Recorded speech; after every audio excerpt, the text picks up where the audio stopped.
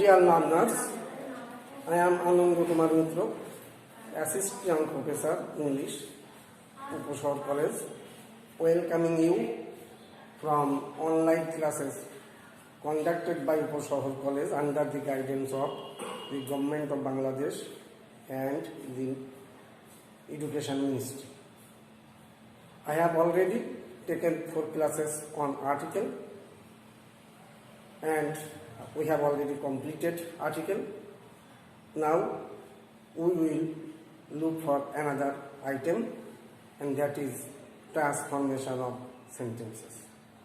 I think you have some previous knowledge about it because it was on your school syllabus, yet we will try to learn more about transformation of sentences. I also think that transformation of sentences has many items such as interrogative without changing meaning, then negative without changing meaning, then voice sense, degree, simple, compound, complex, and so on. Today we will learn about interrogative without change of meaning. It is a bit different from normal interrogative because we will have to focus without change of meaning. We will change it into interrogative, but at the same time we cannot change the meaning of it. The meaning will remain intact, and for that reason there are certain rules and we will learn it one by one. At first, rule number 1. What is rule number 1? If the sentence is affirmative, then we at first see the existence of auxiliary verb in the sentence. If there is auxiliary verb in the sentence, then we will place it at the beginning of the sentence. So the rule is at first auxiliary verb. Then we will have to use not, but this not will be in the contracted form, not the full spelling of not, A-N-O-T. What we will do? We will omit O and in its place we will use an apostrophe. Then we will write the rest of the sentence. And at last we put a note of interrogation. Note of interrogation. It is very important. We sometimes forget to write or to put it at the end of the sentence.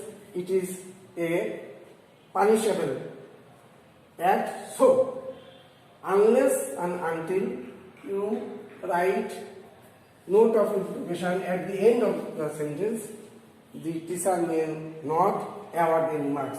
So, be careful in using note of interrogation.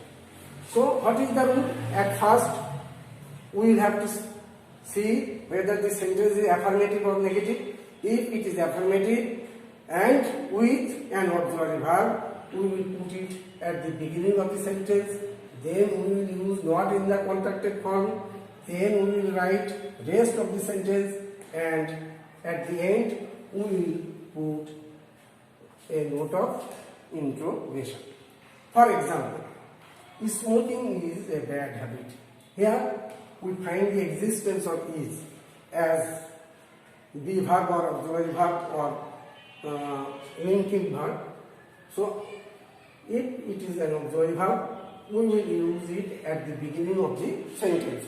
We will use this is at the beginning of the sentence. Then we will use not. Here is not in the contracted form, not in full spelling. So we have used apostrophe instead of O. Then we will write rest of the sentence: smoking, a bad habit, and at last we will have to use note of interrogation. You notice it, we have to write note of interrogation at the end of the sentence. Then there is another example. I have had my revenge. You notice, you may mistake. Sometimes the student make mistake thinking two auxiliary verbs. In that case, you will have to keep in mind the verb that is at first, that works as an auxiliary verb, and the second one works as principal or main verb. So, though there are two auxiliary verbs, it may seem to you, but the real one auxiliary verb is have. So, we have placed it at the beginning of the sentences, then we have used not in the contracted form, then we have written the rest of the sentences, and at last we have used note of interrogation. So, I think this point is clear. We will have to write auxiliary verb at the beginning of the sentences, then not, then rest of the sentences, then note of interrogation. Rule number 2. If it is a negative sentence, then we cannot use not. We cannot use not. Here at the first rule, we used not after auxiliary verb. But if it is a negative sentence, we cannot use not. And what is more important, we will have to omit not totally. Totally, we will have to omit not. So, notice, first example, it was not on the bill. So, at first, in every case, when we have to make an interrogative, we have to notice the existence of auxiliary verb. Here there is an auxiliary verb, so we have used it at the beginning of the sentences, but since it is negative, we cannot use not, so not is omitted. Then we will write the rest of the sentences, but not. We cannot use not at all. We will have to omit not totally from the sentences. So what we see?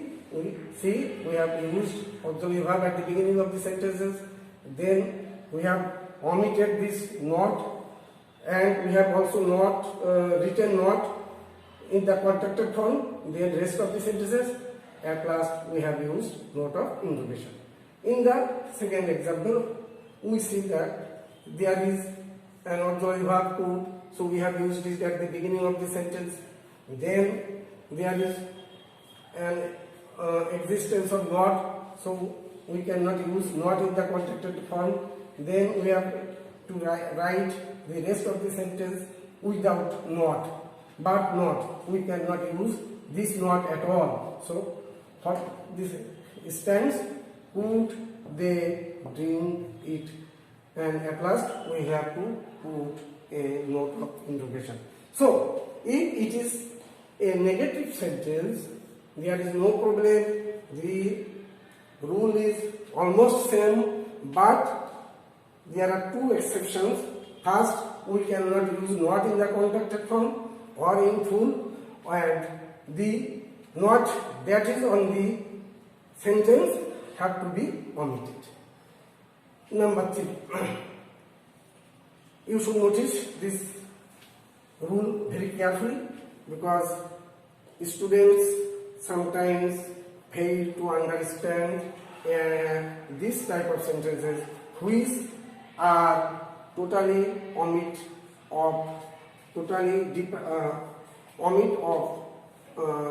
auxiliary verb. So if there is omission of auxiliary verb, in that case we will have to see the principal verb. You should keep in mind that without verb we can never imagine of a sentence. So if there is no auxiliary verb, you will have to find out the principal verb. If the principal verb is present form, then we will have to use do or does at the beginning of the sentences, depending on the person. But if it is in the past form, we will have to use did. And as usual, not in the contracted form, then base form of principal verb, then rest of the sentence, and at last note of introduction. Notice it. Again, if there is no auxiliary verb, we will have to find out the principal verb. If the principal verb is in present form, we will have to use do or does. When do, if the verb is in the base form. When does, if there is s or yes with the principal verb. And when did, if the verb is in the past form. Then not, then base form of principal verb. Sometimes the student make mistake here. When we write the principal verb, we have to be careful. If there is s or yes with the principal verb, this are to be omitted. If it is in the past form, then we will have to turn it in the present form. These two things are very important. What two things? If there is s or yes with the principal verb, we will have to omit it. If it is in the past form, then we will have to change it in the present form. So when you are writing principal verb, then be careful, because it will always be in the base form. Then rest of the sentence, then note of introduction. Here are some examples. We play football. Notice it. Play in the present form and without s or yes. So it will take do. And then not in the contracted form, then rest of the sentence. Again, we play football. This play is in the present form and there is no s or es with it. So we will have to use do.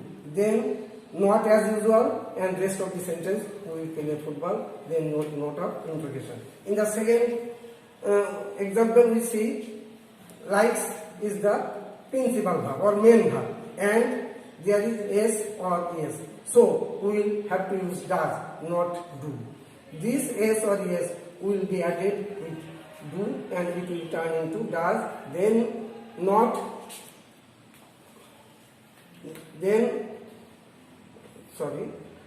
does not in the contracted form, then rest of the sentence. But look at this like. Here likes and here like, because it will have to be used in the base form. So the base form of likes is like.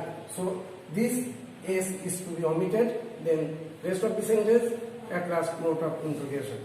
Number 3, Jim came late. Notice the verb in the past form. This principal verb is in the past form. So we can use neither do nor does. What we will have to use? Since it is past, we will have to use did, because did is the past form of do. And then we will have to use not in the contracted form, then subject, then base form of verb, base form of principal verb. The base form of principal verb came is come. So we have written or used come. Then rest of the sentence, at last note of introduction. Again, Jim came late. Here came is in the past form, so we have to use did, and not in the contracted form. Jim subject came past form, present form of come, came is come. Then rest of the sentence, at last note of introduction.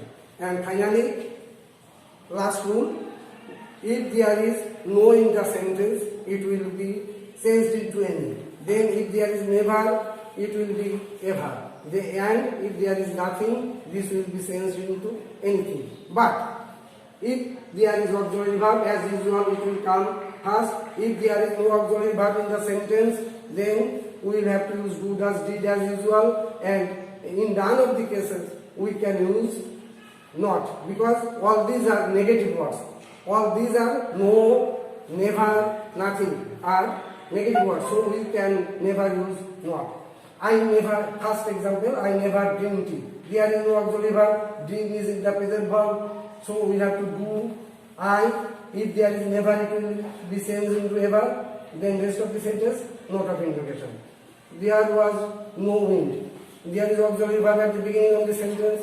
We will have to use auxiliary verb. Then there is no, so we cannot use not. Was there, no will be changed to any wind. And finally, I have nothing to say. There is auxiliary verb have at the beginning of the sentences. We cannot use not as there is nothing, and we know nothing will be changed to anything. So have I anything to say? This is all from today's class. I think you are enjoying these online classes and you have successfully adjusted yourself with this new method of teaching. Thank you very much. See you in next class. Thanks.